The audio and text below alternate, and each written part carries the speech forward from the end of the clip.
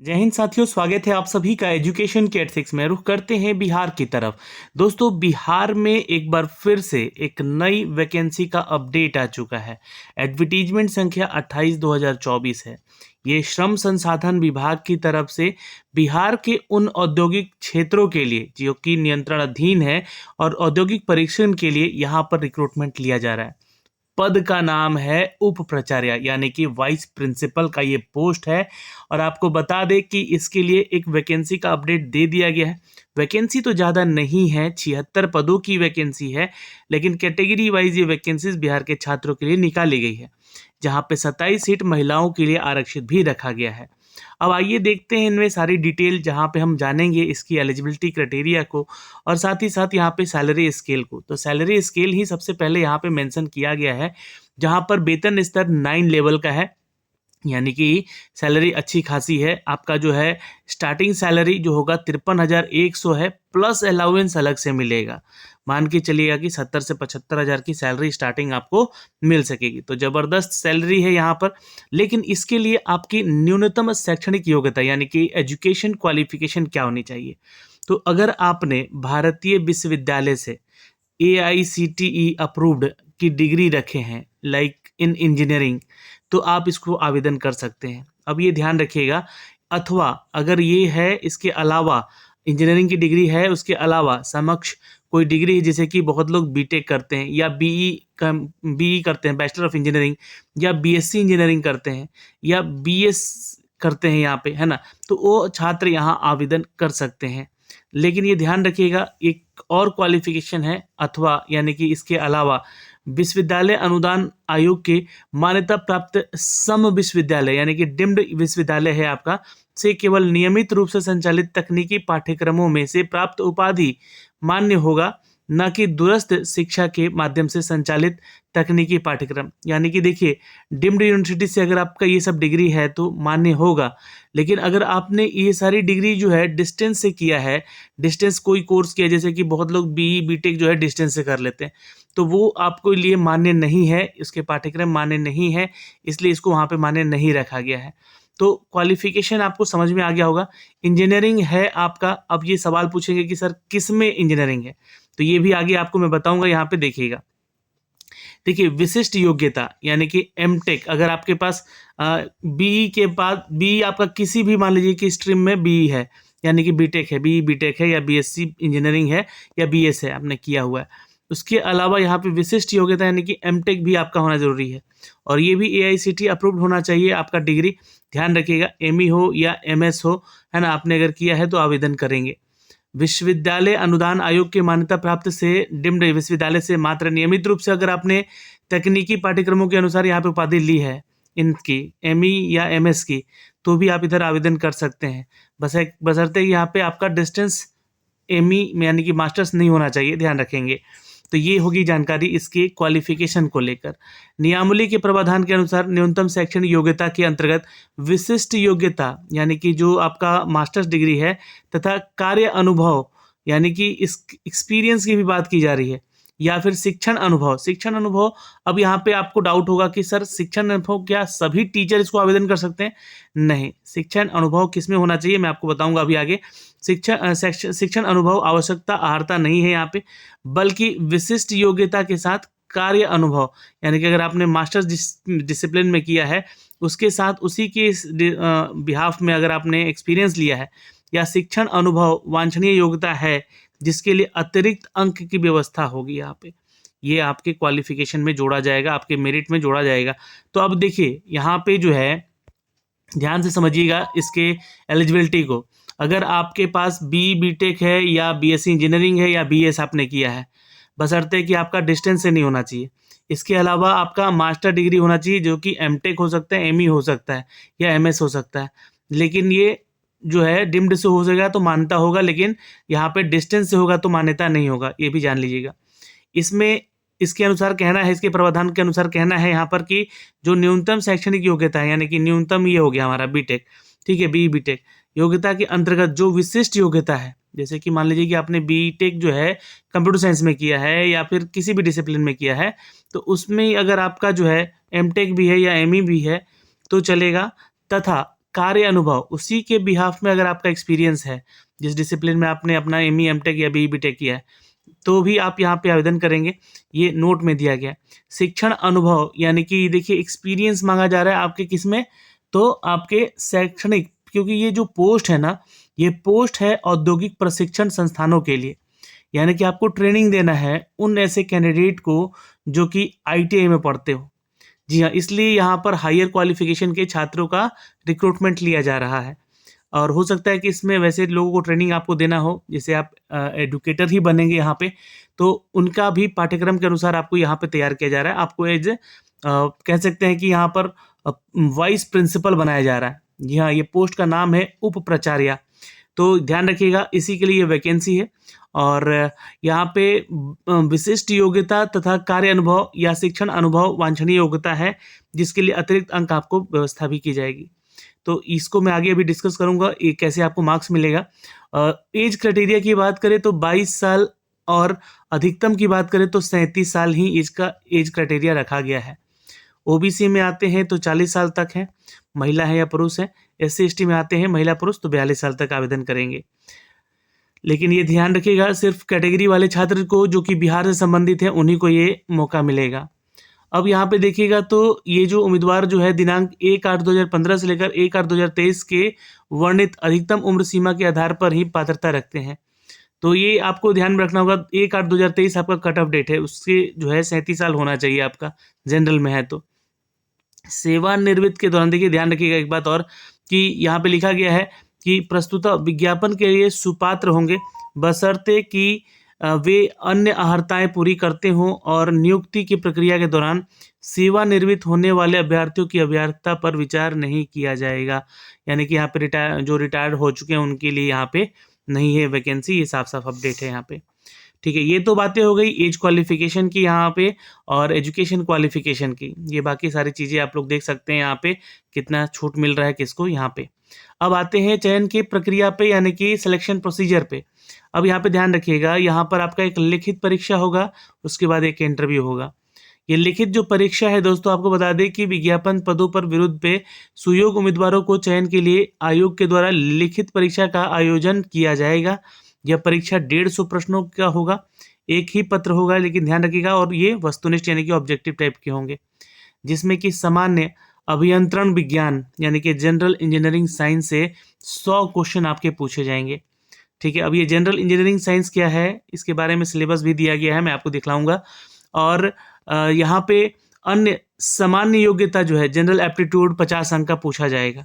प्रत्येक प्रश्न का 1 अंक निर्धारित होगा, गलत प्रश्न के लिए 1/4 यानी कि 1/4 निगेटिव मार्किंग है यहाँ पे, यानी कि काटे जाएंगे आपको। परीक्षा की अवधि 3 घंटे की होगी। उक्त लिखित परीक्षा के विषय सामान्य अभियंत्रण विज्ञान के लिए आयोग के द्वारा आयोजित सहायक अभियंता। जी, अब देखिए, अब आप लोग पूछ रहे थे कि यहाँ पे कि कौन कौन सा क्वालिफिकेशन होना चाहिए बीई बीटेक में या एमई एमटेक में। तो असैनिक यानी कि आपका सिविल, यांत्रिक यानी कि मैकेनिकल, विद्युत यानी कि इलेक्ट्रिकल, इन तीनों में ये ध्यान रखिएगा विषय सामान्य अभियंत्रण जो होगा, अभियंत्रण विज्ञान जो होगा का पाठ्यक्रम मान्य होगा। यानी कि अब जो भी सिलेबस है ये इन तीनों ही डिसिप्लिन के लिए है। इसका मतलब कि ये ही लोग आवेदन करेंगे यहाँ पे जनरली। ठीक है, इस बात का भी ध्यान रखिएगा क्योंकि सिलेबस ही पूछा जाएगा। अब कंप्यूटर साइंस वाले छात्र आवेदन करेंगे तो उनको कोई फायदा है नहीं, इन सभी से रिलेटेड जनरल साइंस के क्वेश्चन, जनरल इंजीनियरिंग साइंस के क्वेश्चन पूछे जाएंगे तो नहीं बता पाएंगे, तो इनके लिए है खास कर ये। अब सामान्य योग्यता यानी कि जनरल एप्टीट्यूड से कैसे क्वेश्चन होंगे, तो संख्या पद्धति यानी कि आपका नंबर सिस्टम से क्वेश्चन होगा, पूर्ण संख्याओं से संबंधित होगा, दशमलव, भिन्न संख्याओं से परस्पर संबंध, मूलभूत और अंकगणितीय क्वेश्चन होंगे, प्रतिशत वाले क्वेश्चन होंगे, अनुपात समानुपात के क्वेश्चन होंगे, औसत और ब्याज और लाभ एवं हानि के क्वेश्चन होंगे, सदृश समानता और भिन्नता वाले क्वेश्चन होंगे, स्थान पर कल्पना और स्थान अभिविन्यास के क्वेश्चन होंगे, समस्या और समाधान पे क्वेश्चन होंगे। देखिए रीजनिंग भी इसमें डाला गया है, चित्र वाले क्वेश्चन होंगे, वर्गीकरण वाले क्वेश्चन होंगे, अंकगणितीय संख्या श्रृंखला दिया जाएगा यानी कि आपका नंबर सिस्टम दिया जाएगा, उसको बोला जाएगा कि इसमें क्या एरर है, क्या गलती है, सुधार कीजिए, वैसे क्वेश्चन देखने को मिलेंगे। कूट लेखन वाले यानी कि जो भी आपके क्वेश्चन होंगे उसका होगा, कूट व्याख्या से सभी संबंधित क्वेश्चन होंगे। तो ये आपका जनरल एप्टीट्यूड का सिलेबस है। और जनरल साइंस जो इंजीनियरिंग साइंस है उसका सिलेबस अलग से दिया गया है, मैं आपको दिखला दूंगा कहाँ से वो मिलेगा आपको। और ये सारी चीज़ें हैं। और यहाँ पे क्वालिफिकेशन मार्क्स दिए गए हैं कि एटलीस्ट इतना मार्क्स लेकर आना है। 40% जनरल के लिए, 36.5 ओबीसी के लिए, 34% जो है ईबीसी के लिए, एससी एसटी के लिए यहाँ पे जो है 32% है, दिव्यांग के लिए भी 32% है। तो ये इतना मार्क्स लेकर आइए तो क्वालिफाई हो जाएगा, तब आपको इंटरव्यू के लिए भेजा जाएगा।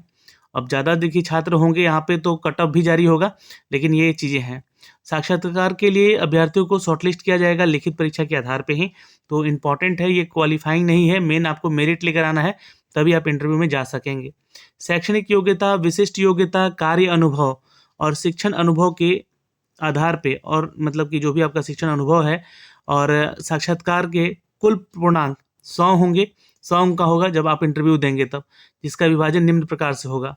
अब देखिए शिक्षण अनुभव का भी आपका यहाँ पे मार्क्स जोड़ा जाएगा कि मतलब आप लोग कहीं पढ़ा रहे हो किसी कॉलेज वगैरह में, मान लीजिए कि एमटेक कर रहे हो, आप कहीं पढ़ा भी रहे हो, तो उसका वो शिक्षण अनुभव यहाँ पे काउंट किया जाएगा।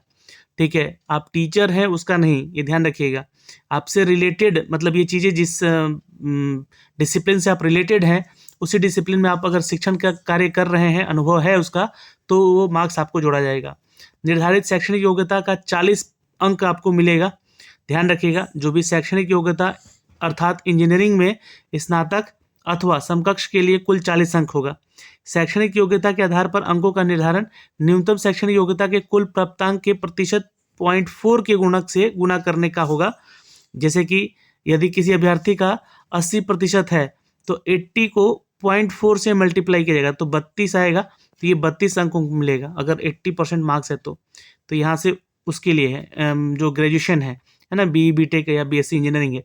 अब लेकिन एमई एमटेक वाले जो छात्र हैं उसका 20 अंक यहाँ जोड़ा जाएगा, तो इसको 0.2 से मल्टीप्लाई किया जाएगा। जैसे मान लीजिए कि 80% है आपका एमटेक में भी, तो 0.2 से इसको मल्टीप्लाई कर दीजिएगा तो 16 अंक ये जुड़ जाएगा। तो 32 यहाँ से मिल गया, 32 यहाँ से मिल गया, 16 यहाँ से मिल गया, इस तरीके से। और अगर आप देखिए यह तो हो गया आपका क्वालिफिकेशन का, और जो कार्य अनुभव है उसका 10 अंक रखा गया है। ठीक, अच्छा, यहाँ पे बहुत सारे लोग जैसे कि एमई एमटेक किए हैं या बी बीटेक किए हैं, तो बहुत लोग सीजीपीए से क्वालिफाई है या परसेंटेज से पास है, तो वो अपना ग्रेड निकाल के जो है यहाँ पे परसेंटेज में बताना होगा उनको फॉर्म भरते समय, और उसी के आधार पे जो है कैलकुलेट करके उनको परसेंटेज जोड़ा जाएगा। ये सब नोट में दिया गया है। 10 अंक आपका है यहाँ पे किसके लिए, तो कार्य अनुभव के लिए, शैक्षणिक कार्य अनुभव के लिए। देखिए मैंने बोला आपको कि शैक्षणिक जो यहाँ पे अथवा विशिष्ट योग्यता एमटेक के अलावा यदि ऐसे कारखाने जिसमें कि न्यूनतम कार्यबल 400 हो में कम से कम 1 वर्ष का अनुभव होने पर 5 अंक मिलेगा। 2 या 2 से अधिक है तो 10 अंक तक ही दिए होगा, यानी कि 10 अंक ही एक्सपीरियंस के आधार पे आपको मिलेगा। अब शैक्षणिक जो अनुभव है वो आप जैसे कि बहुत लोग एमई एमटेक करके पढ़ाते हैं तो उसके आधार पे आपको मिलेगा, लेकिन जैसे कि बहुत लोग ऐसे हैं कि कारखानों में यानी कंपनियों में काम कर रहे हैं और 400 से अधिक वहाँ पे कार्यबल है, तो उसके आधार पे भी आप अंक आपको मिलेंगे। न्यूनतम शैक्षणिक अथवा विशिष्ट योग्यता एमटेक के अलावा मान्यता प्राप्त तकनीकी शिक्षण संस्थानों में 1 वर्ष का शिक्षण योग्यता अगर है आपके पास, अनुभव है आपके पास, तो 5 अंक उसके लिए भी मैंने जैसे कि बोला अभी आपको, और 2 साल या 2 साल से अधिक का है तो 10 अंक तक मिल सकते हैं। तो इस तरीके से 10 अंक आपको यहाँ से मिलेगा। 1 वर्ष से कम कार्य अनुभव का शैक्षणिक योग्यता का मान्य नहीं होगा, ये ध्यान रखिएगा। प्रति वर्ष किसी मान्यता प्राप्त तकनीकी शिक्षण संस्थानों में कार्य अनुभव हेतु 5 अंक और 2 वर्ष के लिए 10 अंक होगा, ये तो मैंने आपको बता ही दिया है। और ये 366 दिन को 365 दिन माना जाएगा, कोई लीप ईयर लगता है तो वैसे है ना, तो ये 365 ही दिन माना जाएगा, 1 साल तभी आपका ये काउंट होगा अनुभव वहाँ पे। तो ये सारी चीज़ें हो गई यहाँ पे एक्सपीरियंस को लेकर। और इंटरव्यू में फिर देखिएगा तो यहाँ पे लिखा गया है कि अच्छा, शिक्षण योग्यताओं के लिए बारे में भी एक चीज़ और लिखा गया है कि एमटेक के बाद मान्य होगा तथा कार्य अनुभव न्यूनतम शैक्षणिक योग्यता यानी कि बीटेक या बी किए हैं उसकी योग्यता तथा डिग्री इन इंजीनियरिंग में समक्ष के उपरांत का भी मान्य होगा यहाँ पर। ठीक है, तो यानी कि अगर आपने जो किया है इंजीनियरिंग के आधार पे जो आपने यहाँ पे एक्सपीरियंस गेन किया है, कहीं शैक्षणिक या अनुभव लिया है, तो उसका भी आपको काउंट होगा यहाँ पे, है ना। तो ये चीज़ें हैं दोनों, ऐसा नहीं कि मतलब एमटेक किया है उसी के आधार पे होगा, तो ये चीज़ें हैं यहाँ पे। ठीक है, और किसी भी स्थिति में कार्य अनुभव तथा शिक्षक कार्य अनुभव को मिलाकर 10 अंक ही दिया होगा। तो ये एक्सपीरियंस का है मैटर, पहले आप यहाँ पे पीटी निकाल लीजिए, उसके बाद एक्सपीरियंस का भी यहाँ पे बात हो जाएगा। तो इस तरीके से है यहाँ पे इंटरव्यू में 30 अंक यानी कि साक्षात्कार का कुल 30 अंक आपको यहाँ पे रहेगा। लिखित परीक्षा में सफल उम्मीदवारों को इंटरव्यू में बुलाया जाएगा, अन्यथा वे अंतिम परीक्षा फल हेतु बनाए जाने वाले मेधा सूची से बाहर हो जाएंगे। इंटरव्यू के उपरांत उम्मीदवारों को स्वास्थ्य का परीक्षण भी होगा, यानी कि मेडिकल चेक होगा आपका, और मेडिकल टेस्ट में आपको फिट होना जरूरी है। उसके आधार पर फिर आपका मेधा सूची बनेगा और ये आपका क्वालिफाइंग मार्क्स है यहाँ पे जो कि दिया गया है।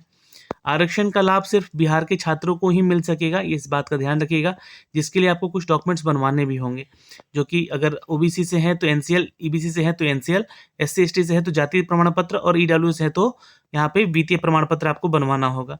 ये सारी जानकारी यहाँ पे दी गई है। बाकी यहाँ पे जितने भी अपडेट हैं डॉक्यूमेंट्स को लेकर ये दिया गया है। मैंने आपको यही सारी चीज़ें बताई हैं और इसके अनुरूप यहाँ पे सारा डॉक्यूमेंट्स आपको तैयार करना होगा अपने इंटरव्यू के समय में, जब आप इंटरव्यू देने जाएंगे तो फॉर्म भरने का जो शुल्क है 750 रुपये है। अगर आपके पास बायोमेट्रिक फ़ी आधार कार्ड नहीं है तो लगेगा 200 रुपये एक्स्ट्रा। अगर आप बिहार के हैं अनुसूचित जाति जनजाति से तो 200 लगेगा, और स्थायी निवासी हैं यहाँ महिला हैं तो 200 लगेगा, दिव्यांग है तो 200 लगेगा, बाकी 750 रुपये अदर स्टेट के छात्रों से लगेगा। तो ये चीज़ें हैं यहाँ पे। 25 मार्च से लेकर 16 अप्रैल तक इसका फॉर्म भरा जाएगा, जो कि नोटिफिकेशन में दिया गया है। और इस चीज़ को देखिए कि फॉर्म को कैसे भरना है, यहाँ पे ये सारी चीज़ें लिखी गई हैं। और अगर ज़्यादा से ज़्यादा कमेंट आएगा तो मैं इसका फॉर्म भर के भी आपको ज़रूर बता दूंगा। यहाँ पे आएंगे इसके ऑफिशियल वेबसाइट पे और एक चीज़ देखेंगे आप यहाँ पे कि सिलेबस का यहाँ पे लिस्ट दिया गया है, और इस सिलेबस को यहाँ से डाउनलोड कर लेना है। यहाँ से 2 चीज़ दिया गया है कि एक्सपीरियंस का भी परफॉर्मा दिया गया है, और ये आपका सिलेबस है। इन सिलेबस को पढ़ के जाना है आपके परीक्षाओं में, और इसी से संबंधित आपका प्रश्न पूछा जाएगा। ठीक, अच्छा यहाँ पे है कि आपका एक्सपीरियंस के लिए जो है परफॉर्मा दिया गया, इसको डाउनलोड करके ज़रूर रख लीजिएगा, और अपना एक्सपीरियंस सर्टिफिकेट इसी के आधार पे आपको बनवाना होगा। तो ये सारी जानकारी थी दोस्तों इस वीडियो के माध्यम से। श्रम संसाधन विभाग की तरफ से ये वाइस प्रिंसिपल की वैकेंसी है, जो कि इंडस्ट्रियल ट्रेनिंग इंस्टीट्यूट ITIs के अंडर में लेबर रिसोर्सेज डिपार्टमेंट से ये वैकेंसी है गवर्नमेंट ऑफ बिहार की, जो कि हमने आप तक साझा किया है। प्लीज़ वीडियो को शेयर कीजिएगा। जय हिंद।